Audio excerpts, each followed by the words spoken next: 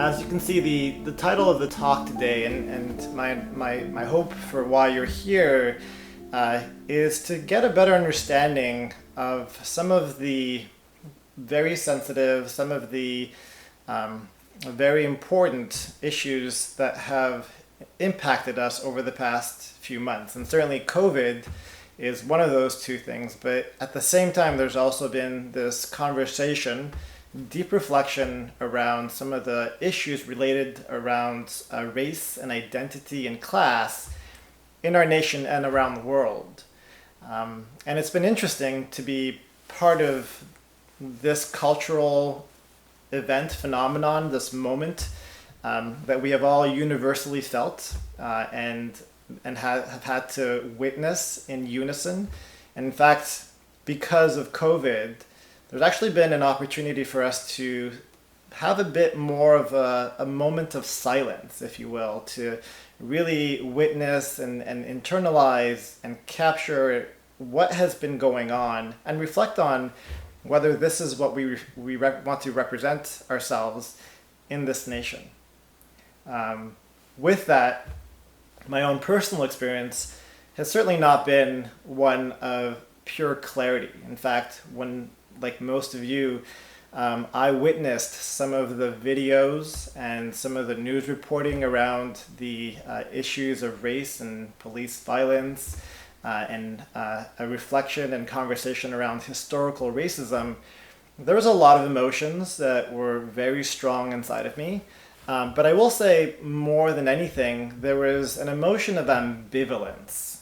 There was an emotion of waiting. There was an emotion of hope that someone with more expertise, with more insight, with maybe more of a thoughtful, charismatic leadership role would step up and engage us as a nation and our communities around these difficult topics. And so I waited, and more than anything, what I witnessed was silence. And that silence, I think, in many ways actually impacted me more than the initial witnessing of the events. But then I began to wonder why it is that there is silence. And what I reflected on is the experiences that I was feeling that were making me wait.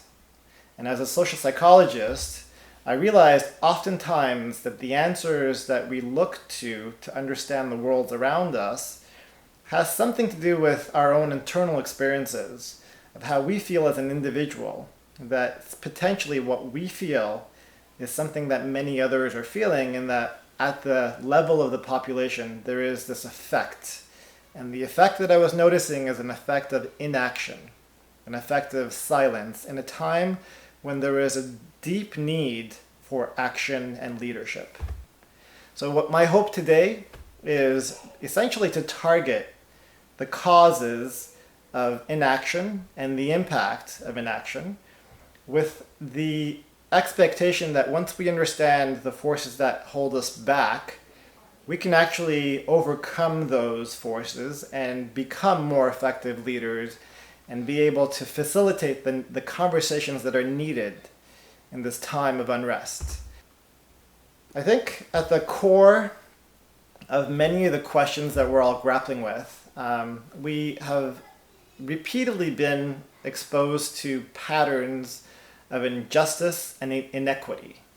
And certainly when it comes to certain groups, there is long-standing historical and consistent patterns of inequity in our culture. When we look at the gaps between white and black Americans in a number of domains, whether it be unemployment rates, whether it be the number of people who complete college, the household income, home ownership rates, imprisonment rates, and even life expectancy.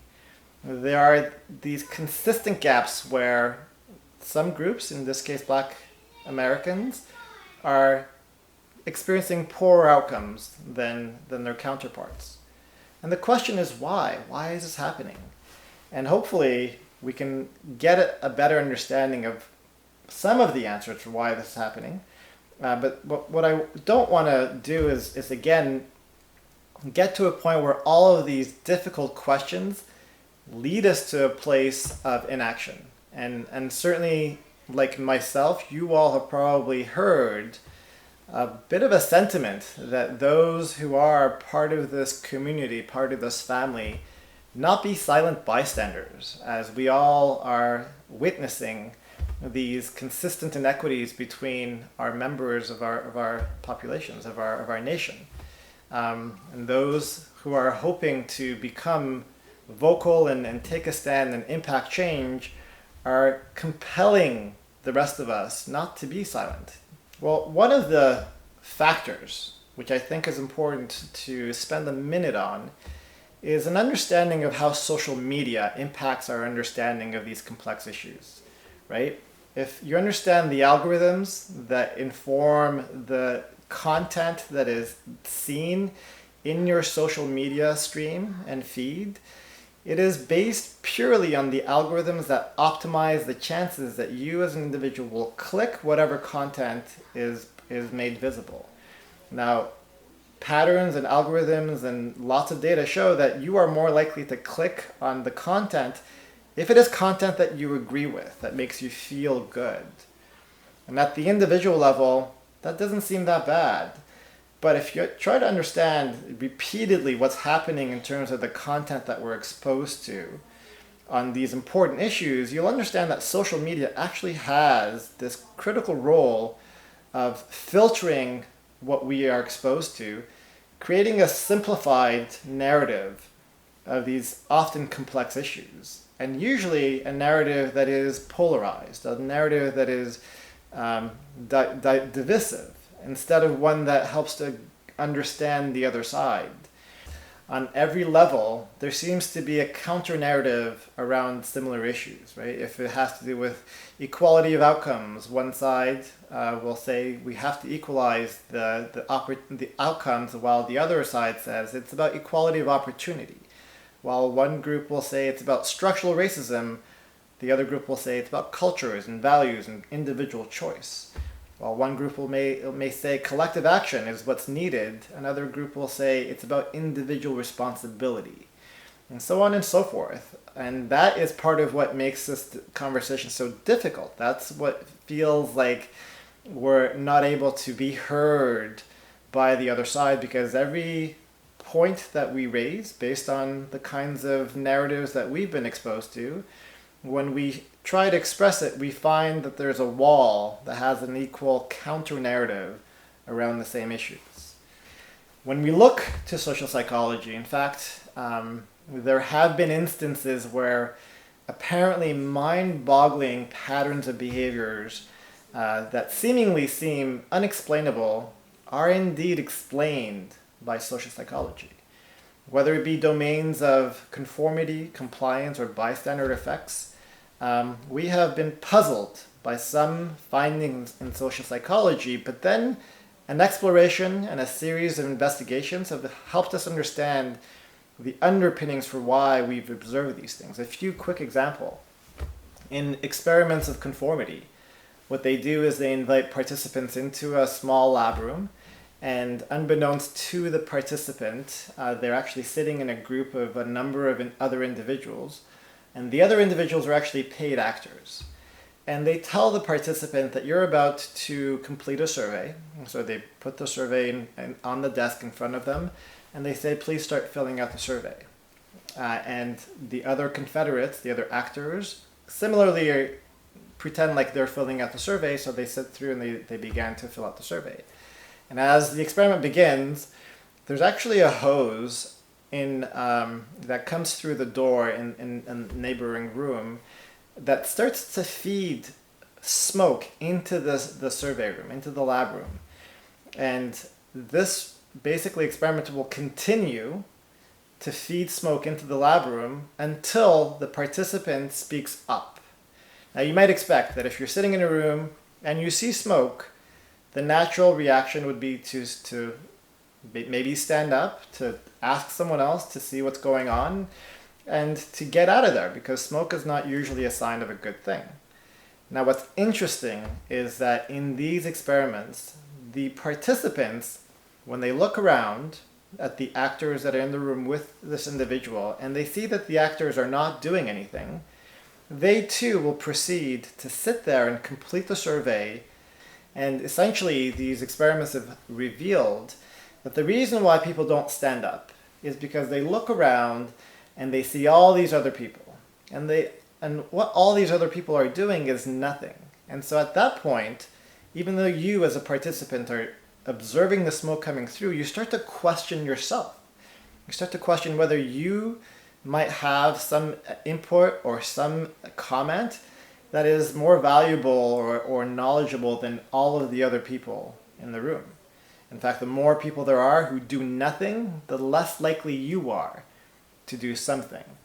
And it was really this kind of research that made me wonder if there's something similar happening in our society today as it relates to these conversations around race and racism and identity and class. That maybe this observation of inaction among others is causing us to also feel like maybe we are not the right experts, or that we know something that is of value to contribute to this conversation.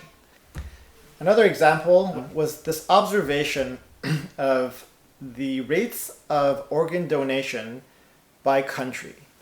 Now, this seemingly simple graph shows that different countries have starkly different rates of organ donation, with some countries being in the low 4%, 10%, 17%, and other countries almost hitting that ceiling effect. And so you might wonder, what is the difference between these two countries that leads to these incredibly different outcomes when it comes to something as important as donating your organs after you no longer need them, potentially saving the lives of others? What is it that is making some groups, some countries consistently donate and other countries not? You might wonder, well, maybe it has something to do with the values or the culture. But interestingly enough, again, social psychology has had incredible potential to give us the insights for what is actually happening. And in these experiments, or in these studies, what they found was that the difference between these countries that have these really low rates of donation and these countries that have really high rates of donation has nothing to do with individual factors and almost everything to do with the way that the message is framed. So, as it turns out, when is it that you go and decide whether to donate your organs? It's usually when you're filling out your driver's license, and at the back of the license is a question that says, do you want to donate your organs or not? And it turns out that the way that that question is framed is critical, because in countries where the question is framed as check here if you do want to donate, then most people do not check that box. And in the countries where the question is framed as check here if you do not want to donate, again, the pattern of behavior is the same. Most people do not check that box. As it turns out, the reason for this is that when it comes to an important decision, like donating your organs, potentially saving a life, asked at a moment where you're not quite certain what to do, the default action is to wait and do nothing. The default is to say that maybe later I'll come back to this when I have more clarity and more certainty. Now, as we're talking about these difficult, important questions in circumstances of uncertainty, I think we're all sort of experiencing something similar. When we're talking about race and racism, there are so many dimensions that we are exposed to and impacted and expected to absorb and understand that it's not surprising to see again that same experience of uncertainty. And the question is, how is it impacting us? Well, what I'll submit to you is that the impact is similar to what I've demonstrated in the other studies, is that the impact leads us to a default of inaction. Now, again, my hope is to potentially share with you some unifying model that gives us a better understanding of how some of these forces actually interact, giving us the power to intervene in this cycle so that when we target either beliefs or structures or behaviors that were disrupting the patterns that lead to inequitable outcomes. And my proposition here is that these outcomes really are linked, that the individual level forces that impact our perceptions lead to outcomes at the individual level that, when aggregated across a population, lead to patterns and structures that create systems of inequity. And so what do? Well, we can target any level of these issues, hopefully beginning with the individual level. Now, as I mentioned, when we observe these patterns of inequity, the question might be, why is this happening? And certainly there are some individuals who have the tendency to come up with the narratives or the explanations that there are potentially these individual innate genetic differences for why some people might have these different outcomes. In fact, we've seen this not too long ago in our recent history where differences in women's math potential was explained by some people in leadership as these innate differences. But when, again, we looked to social psychology, we have a different perspective. So in a set of experiments pioneered by Claude Steele, what they did is, in trying to understand potentially what is the root cause for these inequitable outcomes of performance between men and women, for instance, in certain domains like STEM and mathematics, they invited men and women into the lab, and they told these participants that they're about to do a relatively difficult part of the math GREs. Now, for half these participants, what they did was basically just lay it out as I just mentioned. Now, for the other half, what they did was to add one additional comment, which was that although we recognize that math tests like these in the past may have shown gender differences, guess what? In this particular test, for whatever reason, we do not find those gender differences. So go ahead and give it your best try and we'll see what happens. And so the same test given to basically the same group who were matched on skill and interest in mathematics, with the only difference being what they framed the potential differences in test scores for one group versus the other, actually led to a confirmation of what's known as the achievement gap. That men and women who are matched on the skills, that means that if you were to look at their performance on paper before they came into the lab, would have been equivalent, and yet they come into the lab, they do the same test, and on the left in the control condition, you see that men are outperforming the women. Now, in the other condition where they framed it as there not being a difference in this test historically, the women and the men perform equally well. Now, the question again is, why is this? If there is something innate that's immutable, you would not expect this difference between the two groups. But if there's something within the context, potentially, that leads to different experiences and perceptions of what the test means to you and what the context means about your place of belonging and value, then potentially that might impact your ability to focus, your ability to feel at ease, your ability to perform under pressure. And that's exactly what's observed, is that there are forces in the context that impact individual level experiences that lead to these apparent differences in outcomes. And this work actually led to the development of what's known as stereotype threat. That the notion that there are negative perceptions about you or your group in the culture, in the context, might impact how you feel about yourself in that situation. If you feel like others are going to negatively view you, then that anxiety and that uncertainty looms large in your mind and actually sucks up some of the cognitive resources needed for you to be able to focus on the task at hand. And instead of being calm and at ease, you're wondering, I wonder if others think I'm going to fail. I wonder if others expect that I'm not going to do well. I wonder if others think I belong here. And that cognitive noise, that talk, is taking you away from what's needed, which is to focus on the task at hand. And that is the cause for why these inequitable outcomes occur. Things are getting much better, but I always wonder when I went to church on Sundays. I've always been one to, I'm not just a boxer. I do a lot of reading, a lot of studying. I ask questions. I travel these countries. I watch how their people live, and I learn. And I always ask my mother, I said, Mother, how come is everything white? I said, why is Jesus white with blonde hair and blue eyes? Why is the Lord's Supper all white men? Angels are white, Pope and Mary and even the angels. I said, Mother, when we die, do we go to heaven? She said, naturally we go to heaven. I said, well, what happened to all the black angels when they took the pictures?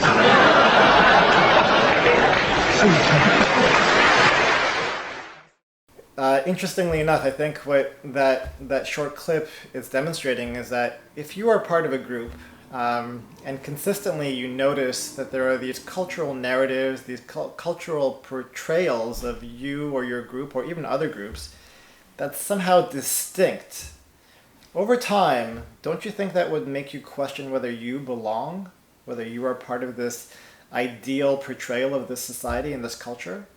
And that over time, what does that do in terms of your experiences of being at psychological ease, of feeling like you can integrate and have access to the same opportunities? This is one of the questions that we're going to address. And how we're going to address that is actually by beginning with, again, this topic of the individual perceptions.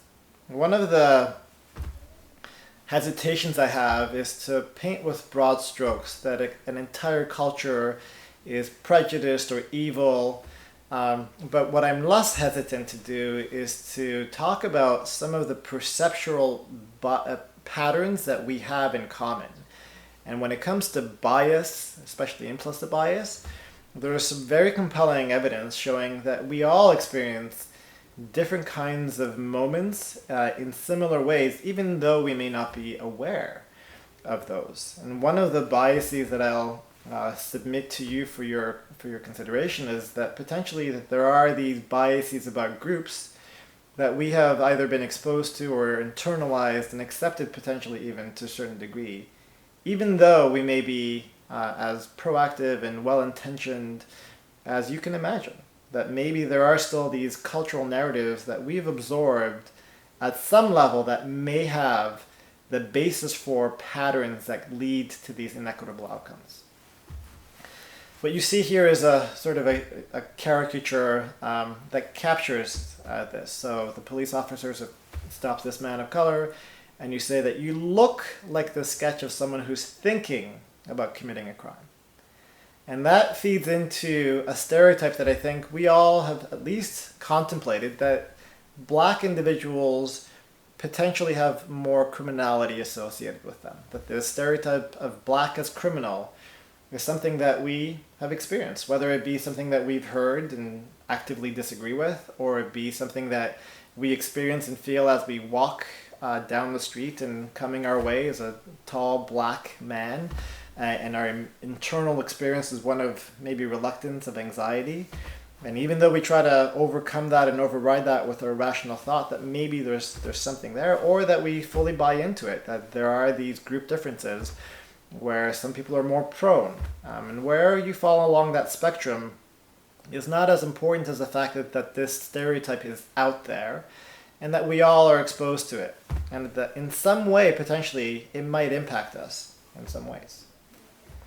So some brilliant research by Jennifer Eberhardt and her team tries to see if we can measure the impact of these biases. And what you're going to see on your screen here is sort of a grayed out, blurry picture of an object. Now, in the study, what they do is they ask people to indicate the moment at which they are able to clearly identify what that object is. And initially it begins with the object being quite blurry and unclear, but then as the sequence progresses, it becomes clearer and clearer. And the question is, at what point are you able to identify the object clearly?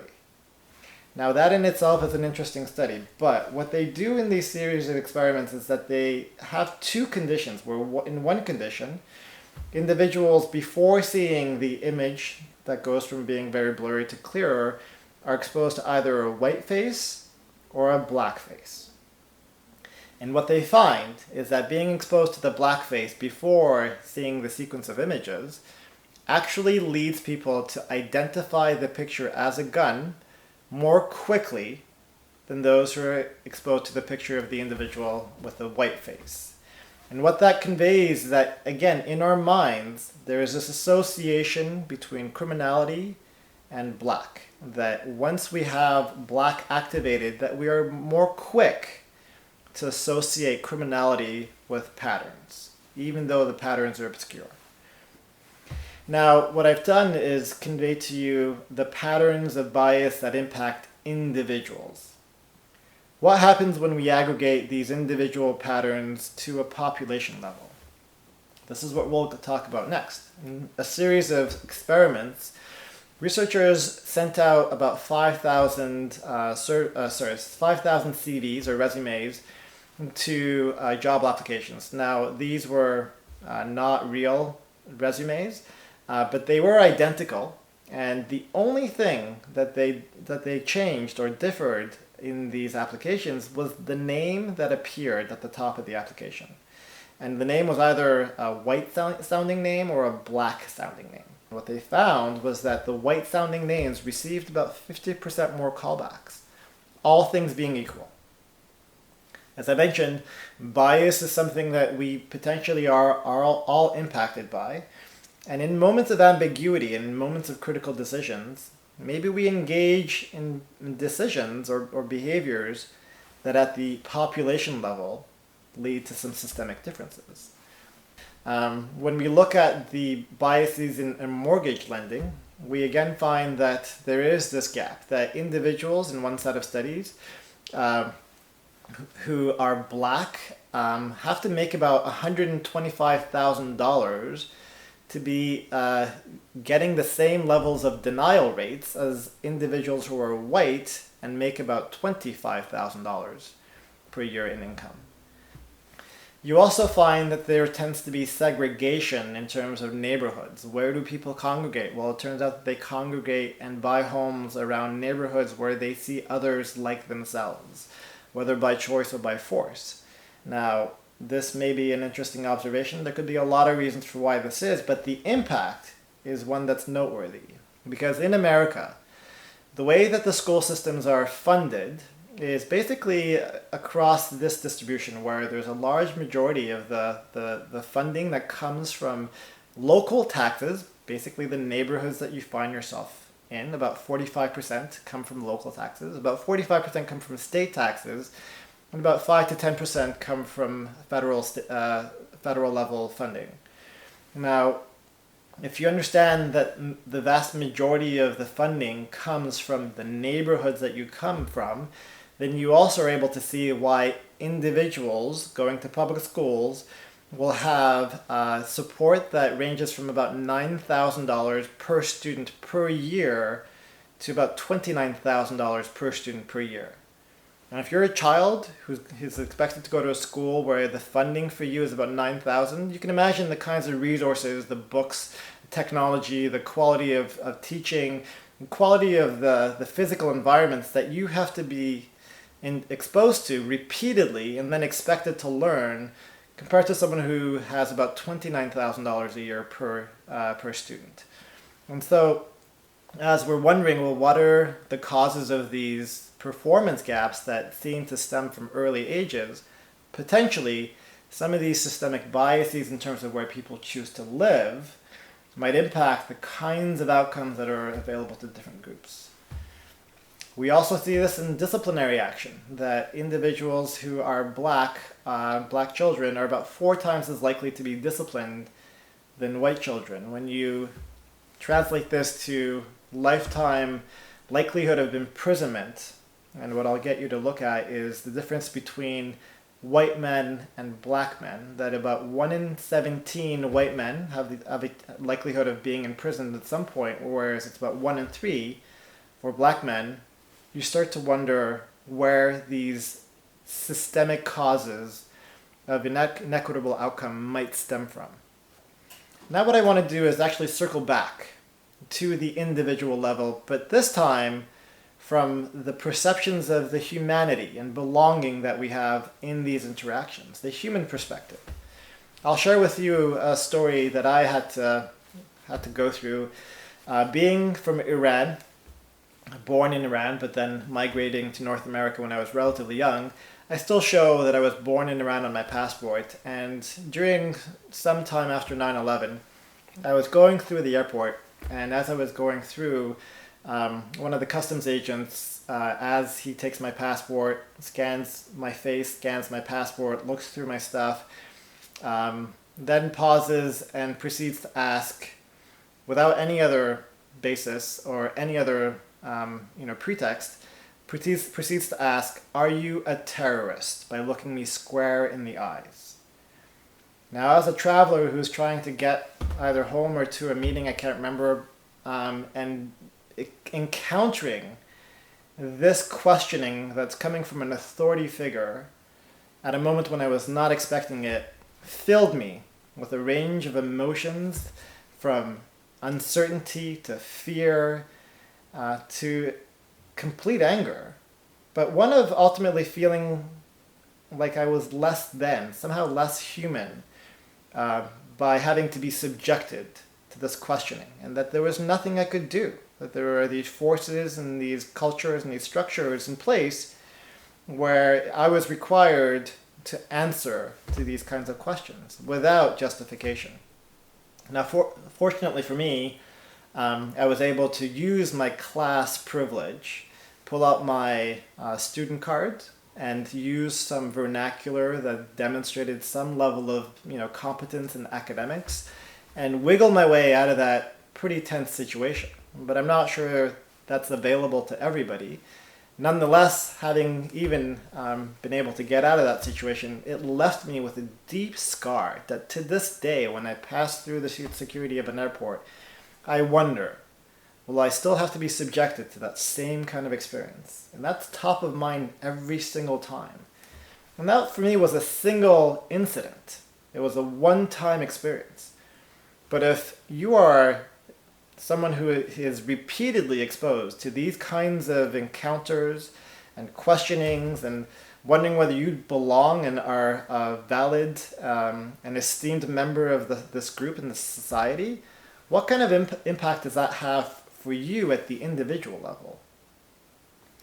And certainly I think by now you're alluding to the fact that the questions of belonging that we all have may loom larger for you. You start to wonder, is this somewhere where I belong? Is this somewhere where I'm valued? Is this a place where others esteem me and my contributions? Or does it violate my basic needs of safety and the need to perceive that this is a just world?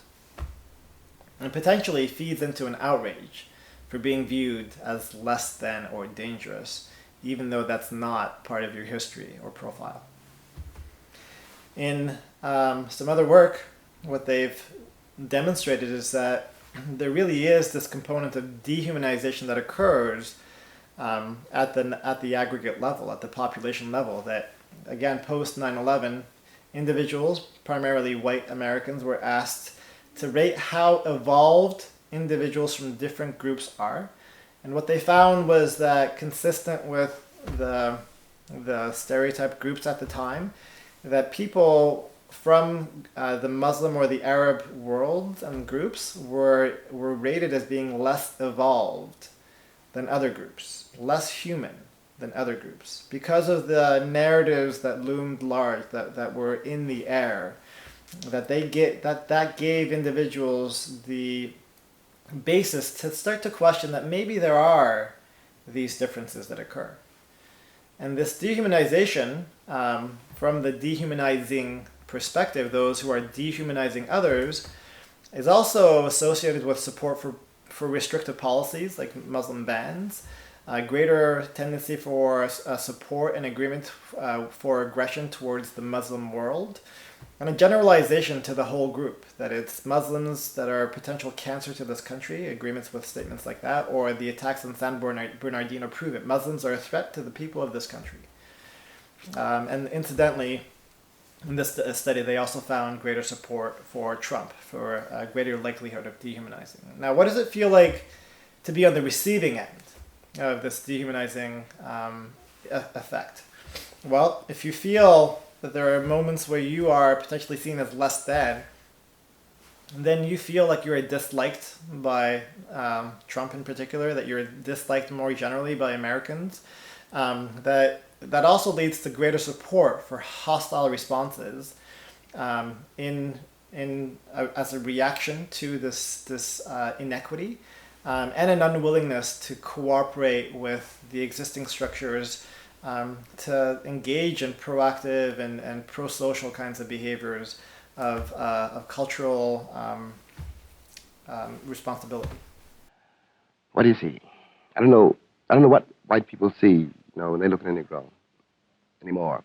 But I do know very well that I realized when I was very young that whatever he was looking at, it wasn't me. So this feeling that there is a dehumanization, that somehow you're viewed in a way that's different than how you see yourself, that at the individual level impacts a lot of individuals. And so hopefully what I've done is created some portrayal that links how individual perceptions lead to cultural and systemic patterns of behavior that leads to outcomes and experiences for certain groups that make them question their sense of humanity and their sense of belonging. What I want to do now is to potentially leave you with some more optimistic solutions. And I want to convey quite clearly that this understanding of how these things interact is part of the solution. That when we understand that there are forces that even from an innocent perspective can impact patterns, then we can be more clear and more confident when we do speak about these issues. And so that's one goal. And the other goal is, again, to look at the end target of the outcome that we care about. If at the end of all of these issues, one of the experiences is one of feeling dehumanized and that you don't belong, then the solution is also centered around creating experiences that help to rehumanize and create greater belonging for all individuals from all groups. And so recognizing that the need to belong is a fundamental need, which is different than a desire, because when one of your core needs, like your hunger and safety, is threatened, that causes a disruption and prevents you from the normal functioning that you need to be able to operate in any domain. And so when your need to belong is disrupted, then you can't function in normal ways. That's just important to recognize that that's different than wanting to belong. And that there is change that you can believe in, right? And in fact, believing in change is potentially the prerequisite for being able to have the change that we want. So in a series of studies, they actually find that the degree that we view intelligence as something that is fixed and immutable impacts how we feel about engaging in these difficult conversations, whether we feel uncomfortable, whether we feel that it will be diagnostic, that it will convey to others that we are racist, whether it will upset others, or whether we see prejudice as something that can be changed and that maybe is something that we all experience from time to time in varying degrees and that we might be impacted by in varying degrees without that necessarily equating to us being this labeled racist. And I bring this up because I think this is one of the forces that we all have had to grapple with, haven't we? Especially if we're not part of the Black group, who is the focus of a lot of these conversations. If you're not a Black American, how can you speak about these issues? How can you lead? How can you engage? And the fear of doing so, I think in part, is a worry that if you do say something, that will reveal that you are racist. But as my hope have conveyed, the inaction that comes from the uncertainty and the anxiety might actually be more harmful. And you may say something that isn't right, you may make a mistake, but that doesn't necessarily mean that you are racist. And confronting that balance, that tension that we all have, is part of the effort. It's part of the solution. We all have to do that deep reflection and say we have all inherited and have been exposed and impacted by the cultural narratives and the biases that we all share and the patterns that we're all a part of. But that being part of that group or being part of that experience does not necessarily make you an immutable, unchangeable racist. And engaging in conversations that are difficult does not pose you at risk for being seen as such. And that is part of the solution. The other part of the solution is that, as leaders, we can't necessarily change the beliefs or the behaviors of individuals, but what we can do is create the opportunities and the experiences that allows individuals to foster the kinds of beliefs that are consistent with the opportunities that they're exposed to. And so as leaders, if we don't create the opportunities for engagement and dialogue and discussion, then we're leaving ourselves prey to letting social media impact beliefs and impact actions and impact results.